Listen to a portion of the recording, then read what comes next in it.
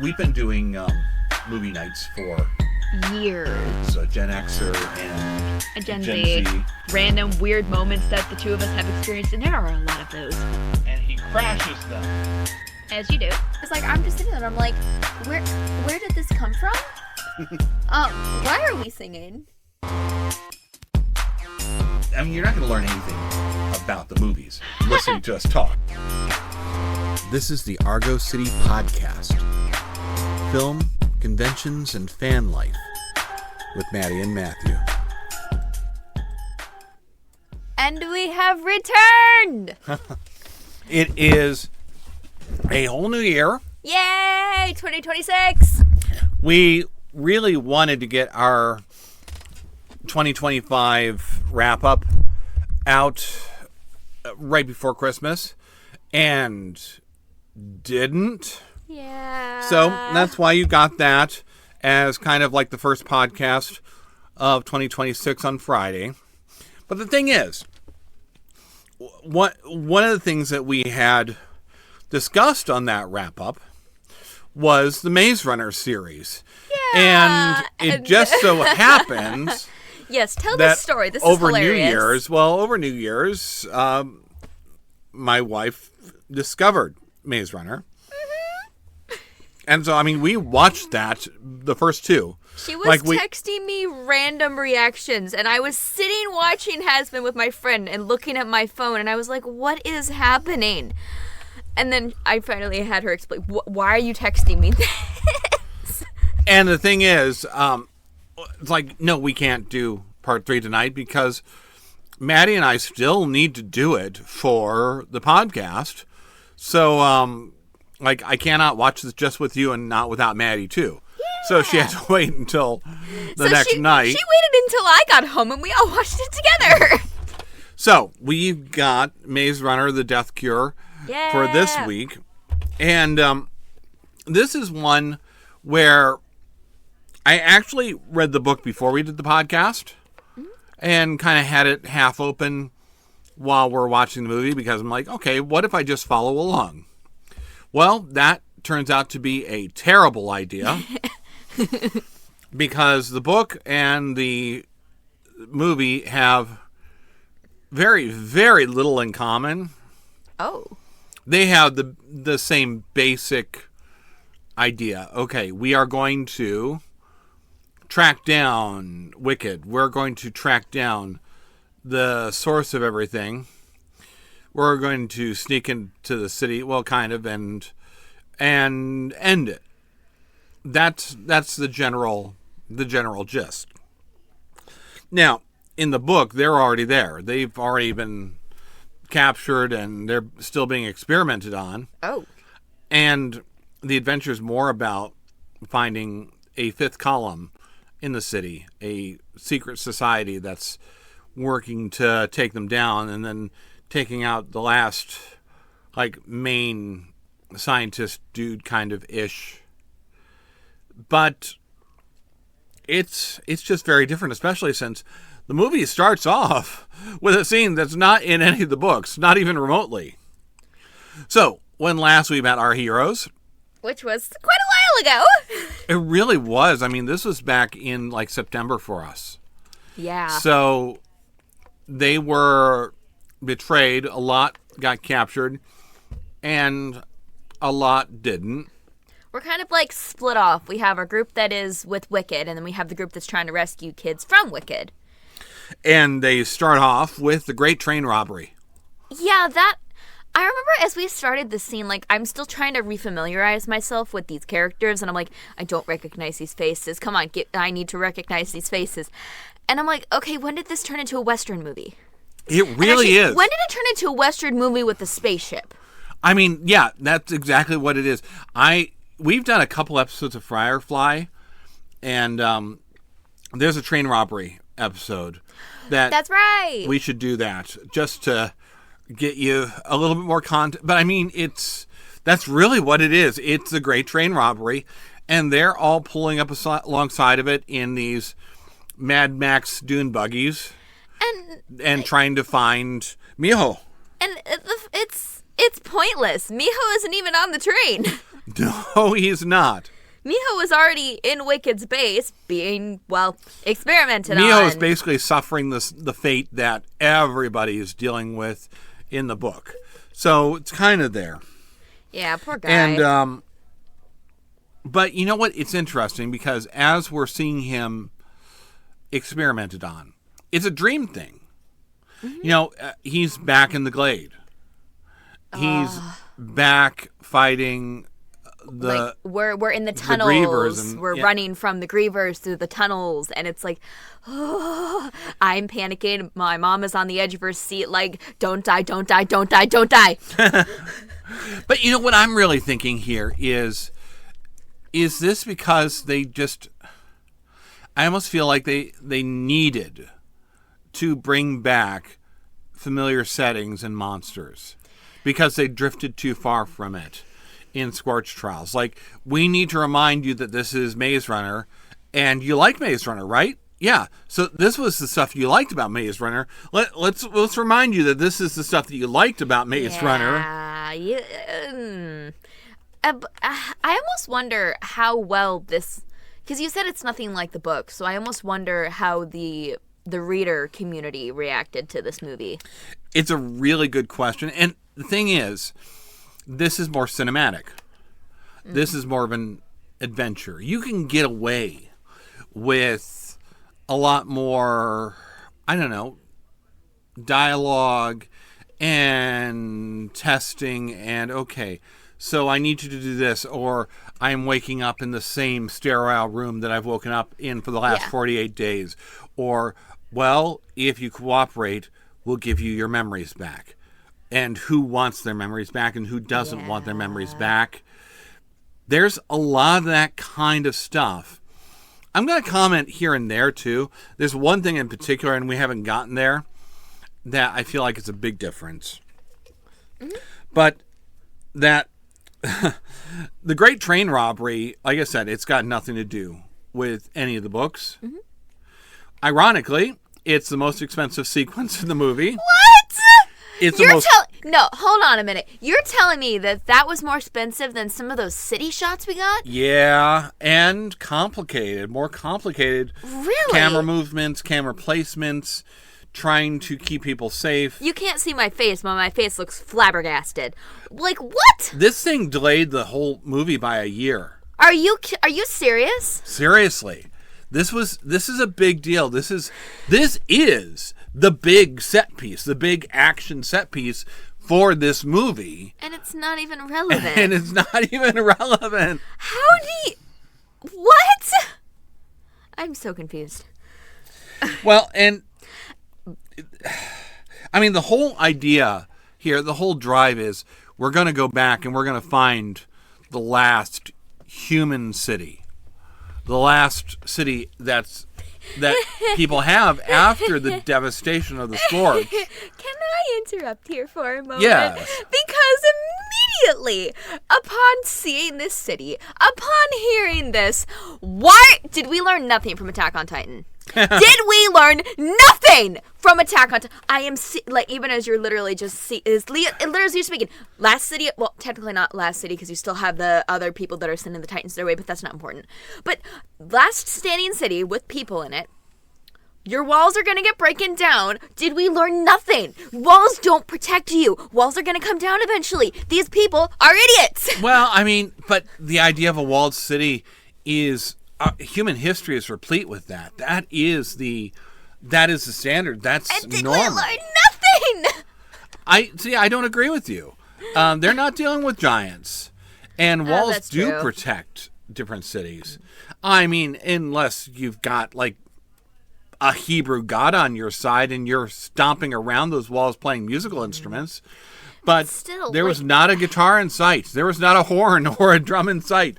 So it's like it was annoying me the whole time we were in that city. I'm just like, I don't think I can sing the theme song for copyright issues, but I have it just the first intro just playing in my head over and over and over and over again. It made me panic. I didn't like it. And I'm just like Joshua fought the battle of Jericho, Jericho.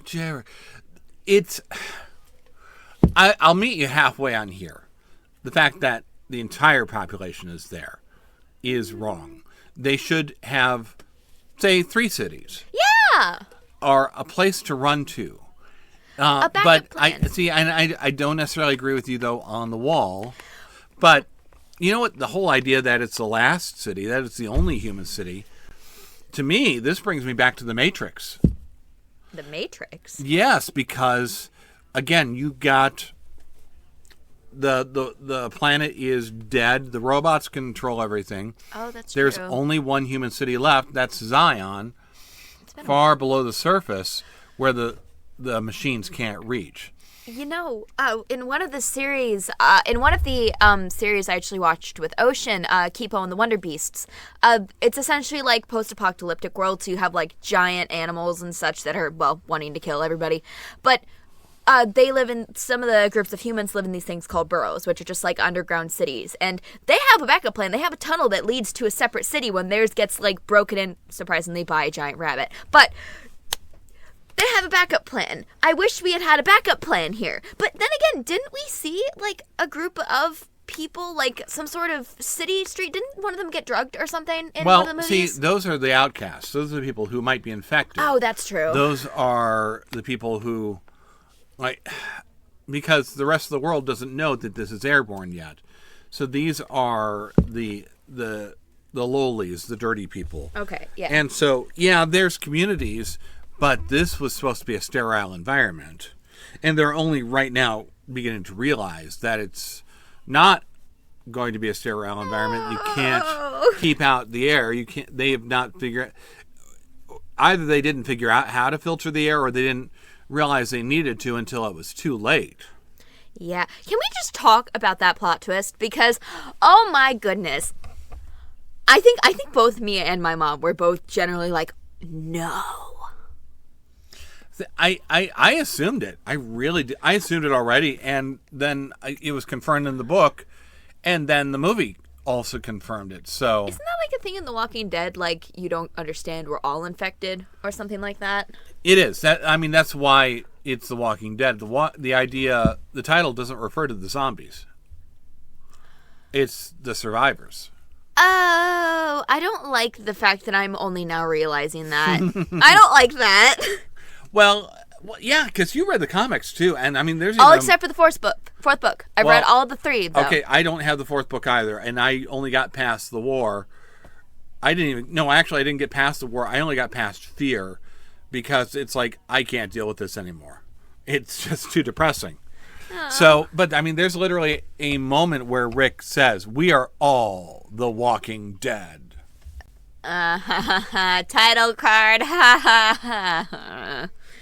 But no, yeah, the whole city and that whole, even I remember we were talking about it during the movie.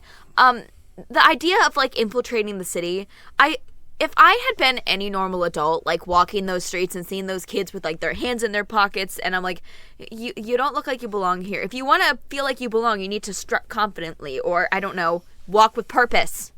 Yeah, there is that. There's some of that.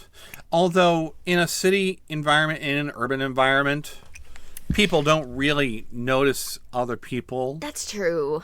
I mean, it's kind of like the old thing where we keep saying nobody ever looks up. No, but oh my god, when we were being chased by that like the monster during his dream sequence. Like he's running through the hallways and then he finds himself floating in against the ceiling, and I'm like, okay, nobody ever looks up. We might be good. And then you just see a claw hit the roof, and I'm like, crap! The city is amazing. It's gorgeous. This is an absolute masterpiece of CGI. It's actually better than what I would have imagined in the books. Because in the books, I kind of would have imagined Ruined City slightly reclaimed or something like that. I don't quite catch the opulence. And how could you walk through this city and not just constantly be staring? Like the letters say, don't stare, Pretend like you're, walk around like you own the place. Yeah, pretend like you've seen it for the 30 millionth time. Like, I don't know how you do that here because it's just... You look at the dirt, look at the ground. It's probably shiny, but then you'll probably stare at the ground. But look at the ground. I don't know. After 20 years of doing work in and out of, like, just downtown Cleveland, I still make a point, honestly, to look up, to look around, to enjoy the city that is just enclosing around me. I don't know. It's, and this really is amazing. Yeah. And then, of course, we start getting inside. And Teresa has gone insane. Full villain mode. Yeah, she's like actively, like we see her experimenting and helping out with like a little girl that's like, she's infected. And she is like actively taking blood from these patients. She is actively, it's like terrible. It's like I can barely recognize her.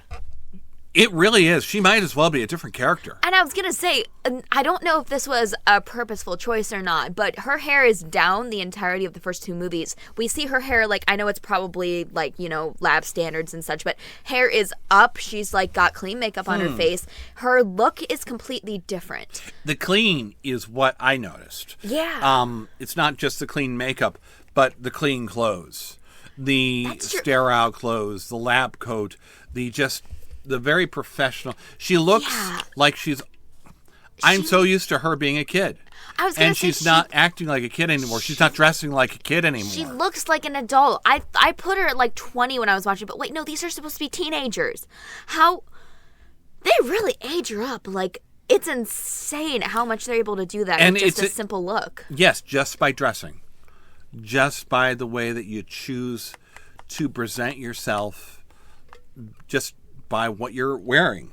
Mm-hmm. I mean, outside of it is no less impressive.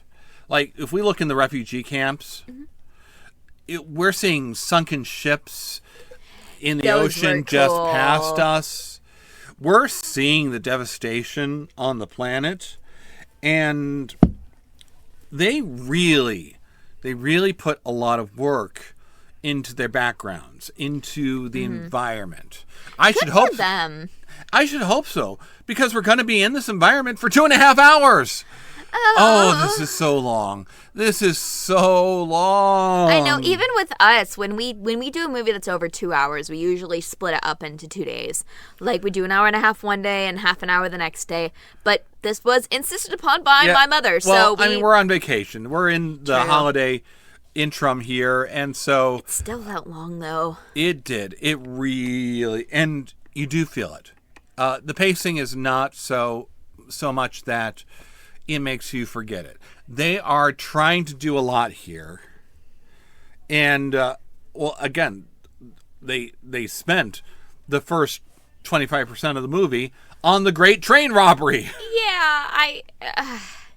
I don't understand the whole point of that if they were just going to waste all their budget on that. But, since we were talking about clothes, just another thing that just, like, not fact, but quick thing I noticed, where are these children getting these clothes? Like, they're constantly changing outfits throughout this, and I'm just watching them like, where, okay, you got all of these kids fresh from Wicked, you brought them back to home base. Are you just carrying backpacks full of clothes? See, my thing is, and even rewatching this stuff with Mom, my thing was, I'm looking at the guys in the Glade, even all the way back to the first movie. Who's cutting their hair? I mean, I assume one of the guys is doing it.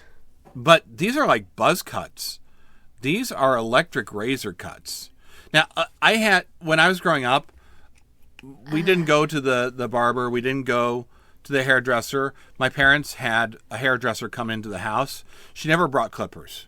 So I never got like the electric clipper in the back of my neck the way I wanted to, like that kind of fade and that kind of clean look.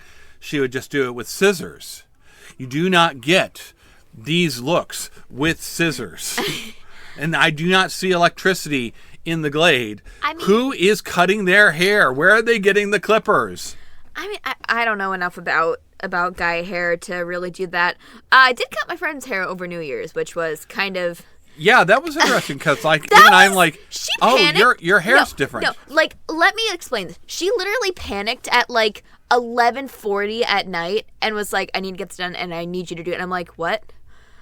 So I did the best I could.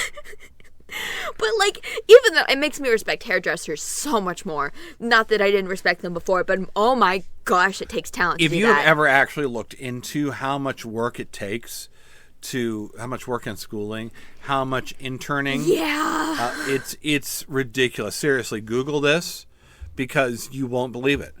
But, like, I But wonder... then again, she kind of lives with a slightly kind of bohemian family. So, yeah, I can see this being okay and working. But here's my thing. I mean, we saw that, like, at least in the first movie, they would send up supplies via the chute, right? That's how Yes. Teresa eventually got up. Maybe there were scissors in that. I feel like they probably would have included something like that. Maybe or, battery operated or something like that. Yeah, because they have flashlights. So First dude had been there for like months yeah, alone. yeah. They must have done something. Speaking of first dude, Gally shows up again. Yeah. Now, Gally is the one with the very smart crew cut in the original series, and it's even buzzed shorter now. And we thought that in that first movie that he had died. We cheered. And, we did cheer, yeah. And apparently, no, he's not. He's not dead. I'm feeling better. It's just a flesh wound. I'm feeling better. How did he survive? I don't understand how he could have survived that. It feels kind of like a cop-out. It does. It feels like a bit of a retcon because that was a point-blank shot. Yeah. He was dead dead. Yeah, I mean, even if they had somebody randomly, like, come in immediately after the camera goes elsewhere, I don't know. Like I said, it kind of feels like a cop-out, but we were not happy to see him. My mom and I were saying, shoot him! Shoot him! Kill him! And he's like one of the desert rats coming to save them. Now, in the book, he also shows up. Oh. And same kind of thing. He kind of saves their bacon at the end, at the critical moment, but he's already actually infiltrated the city like a year ago, and he's been part of the fifth column. And so it's interesting that he shows up in kind of sketchy, disbelief stretching terms in both formats. Mm-hmm. One of the things that the book does better. So in the movie, Thomas sees him, and I believe his reaction was kapow. Yeah, you did kind of punch him right across the face. He did lay him right out. Like, good for him. And Gally gets it. Okay, now is that out of your system? We got work to do. Here's the thing that, like, a punch is not enough. If you go back to Maze Runner, Gally killed Chuck. Yeah. Gally killed the kid, the wee little one. Yeah. Right there in front of everybody. And there's no redemption from that. That is, yeah. That's a big deal that is never really addressed. Like, they just kind of assume that that movie was 4 or 5 years ago. You probably only have fuzzy memories of it. You just remember that he's a bad guy. That's what I feel like they're counting on. And Boo! We, of course, are not those kind of people. Boo! In the book, he owns up to it. Really? He is a lot more open about it. They'd gotten into his head. He was unstable. He was unbalanced. And there was more going on to it. But even then, he's just... I really appreciate that. I'm missing that from the movie.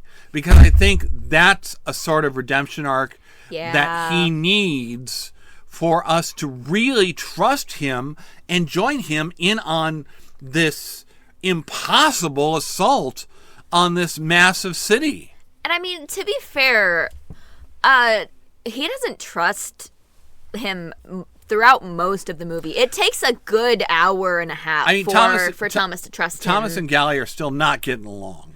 Yeah, so at least they don't do like oh, you're here, let's be friends again. With the power of friendship, anything can happen. They didn't pull a friendship scheme on us. So, like, I'm glad that they at least put that in, I suppose.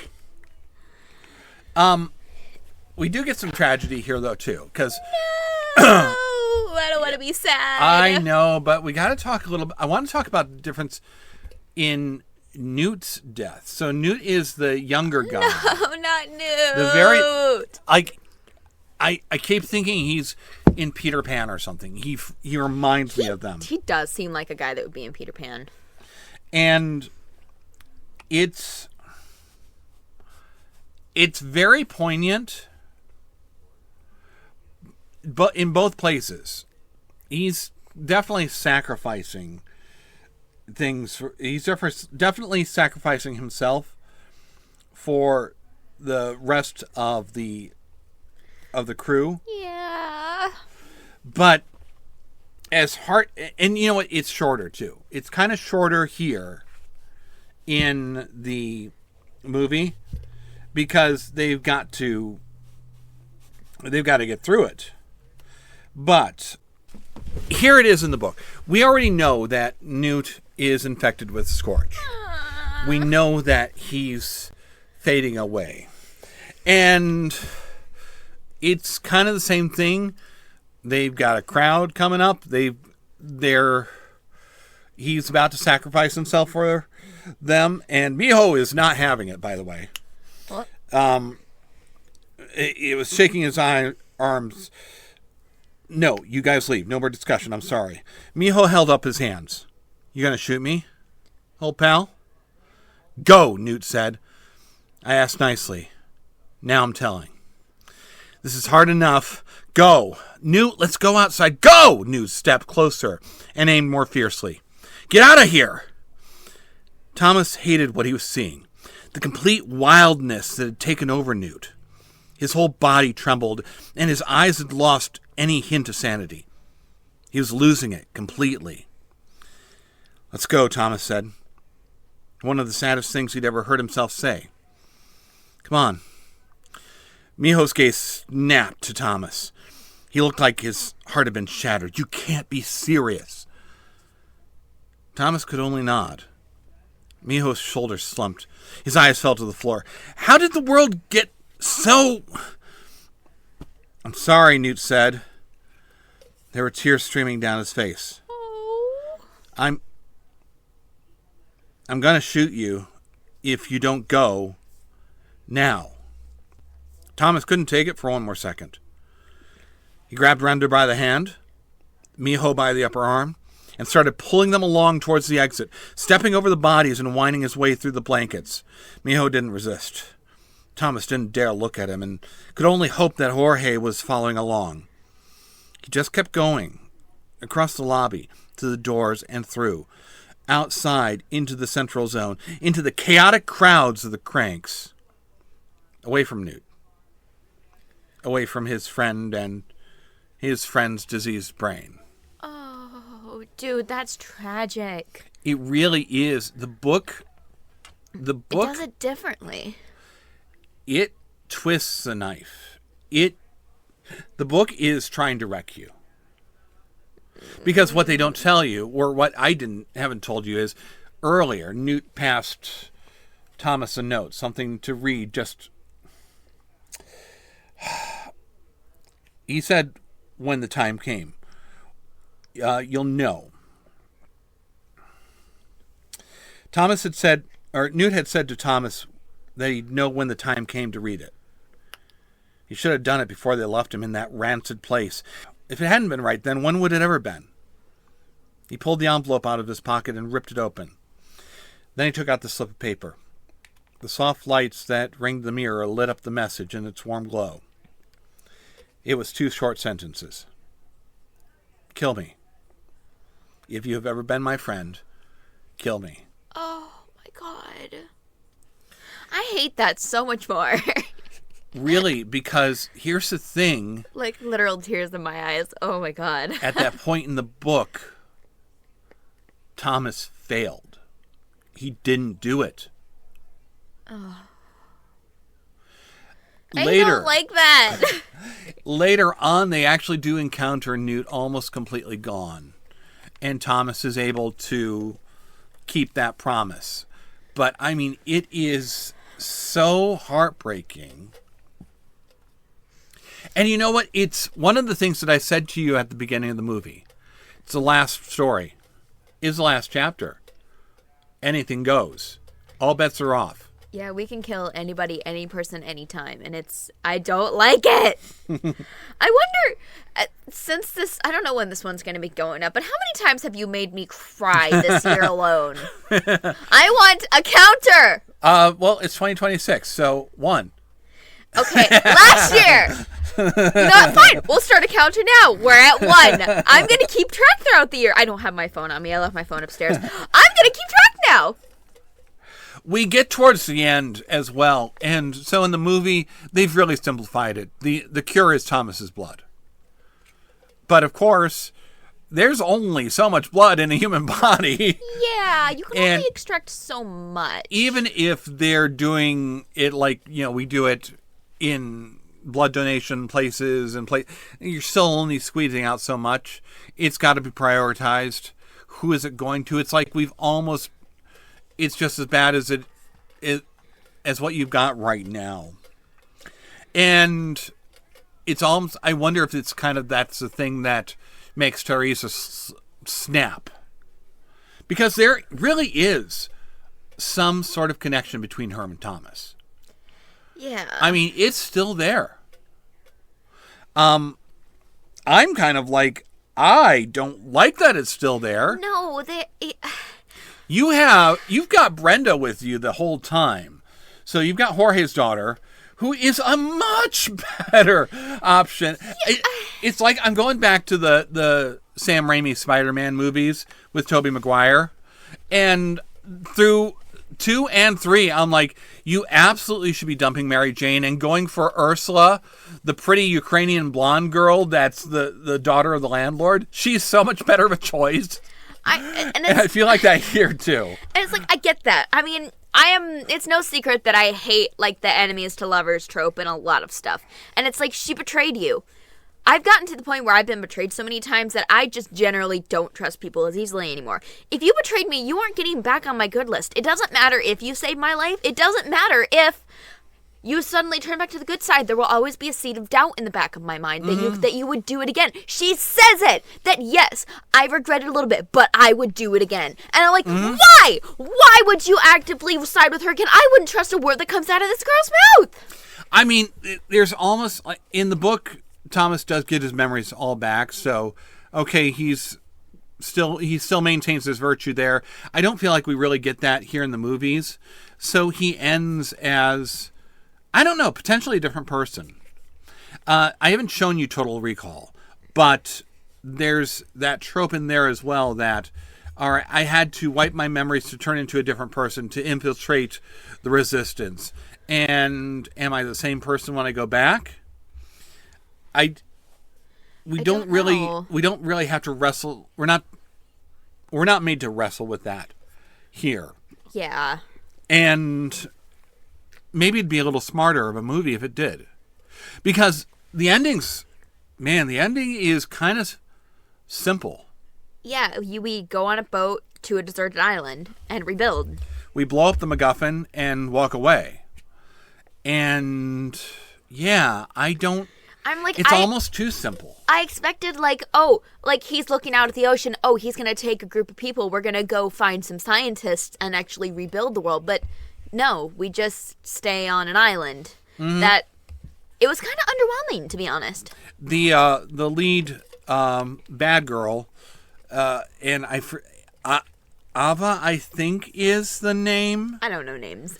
But she signs off, actually, a report in the book that she's kind of satisfied. We've come to a solution. It wasn't the solution that we were going for or that we expected to come to, but maybe we've come to the right solution, the right resolution. And even that feels like a kind of a cop-out, a little like too simple of a story. And I mean, realistically, there's still gonna. I mean, I don't know how far away we are from the world, but we know that a lot, like the kids that Wicked captured, not all of them are immune. The cranks are still out there. I don't know if they can swim or not, but they're gonna get to us eventually. The virus is airborne. We're not doing anything about it. Like, we're gonna get cranks on the island for the kids that aren't immune. Plus, we have a couple of the adults that are regular humans that are with us that might not be immune. Even if, I don't know, we go full vampire and have all the people drink your blood, that's not going to do anything. At the end of the day, this isn't solving anything. It really isn't. So it's kind of an unsatisfactory ending. And it is the ending. So there are a couple other books, but they're prequels. So no thank you. And if we were to do movies of these, they'd still be prequels. And that doesn't really address our concerns. Like, I wonder if the author released anything about these questions. I'm curious if she's done interviews or anything answering this kind of stuff. It's worth looking into. It is. I mean, it's a little frustrating that after 3 movies and an egregiously long final movie, we don't stick the landing. And I don't feel we do. I mean, okay, you got us an ending, but I don't know that you got us the ending that we need. You didn't find Chekhov's gun that's a solution to the whole thing. Yeah, we You didn't. just stopped. You just ran away. Like, it's kind of like I said before, we didn't get an answer. We didn't actually solve anything. We just ran away. It's a shame. The only thing that could actually save the world. Yeah, and it's a shame because we liked this. We liked the first 2 of these a lot, and like I said, it came up in our year-end roundup. Yeah. And then Mom, who is not into this stuff. She's not. It would genuinely surprise me that she got into it. Well, those cliffhangers are pretty effective. That's true. And man, I cannot imagine what it would have been like to have had to live in between production cycles in the 2 years between movies. That would have been rough. That really would have been. Yeah. I don't know how they did it. So, you got any final thoughts on Maze Runner? On where we find ourselves here? The first movie's better. You know what? Yeah, I think you could almost take the first movie in a vacuum. I feel like the first movie you can rewatch. I mean, obviously this is meant to be a trilogy, blah, blah, blah, but like, they should have done the first one and stopped at that. Yeah. If somebody could like reshoot the ending of it and just have them escaping into the Scorch or something, it would almost be kind of perfect and just as standalone. Yeah, like we don't know where they're going. We don't know what's going to happen. It'll make people want to read the books. But yeah, I got to go in and actually read the second book because I did go and read the first one after we watched the movie. Yeah. And like I said, I read the third one here. I haven't read the second one. So I'm that's not helping matters any. No, definitely not. But that is it for the Death Cure. And I'm really happy that we're gonna. This will be out a little late. Oh, I have to take. But it'll be out on Monday. Oh, I have to take this off of my wheel now. Yeah. Oh man, that takes off a movie from my wheel. Well, you got to go and complain to Mom about that. This was entirely her. Yeah. We had the whole family. Your sister was there too. Begrudgingly, because we had to use her Netflix account. Yeah, well, yeah, but she'd watched the others and wanted to see it. She just didn't feel like doing it right that second. But that's just kind of the way it happens. But yeah, thank you so much for watching. We will see listening. We will see you guys next week with whatever ends up coming out. And until then, bye!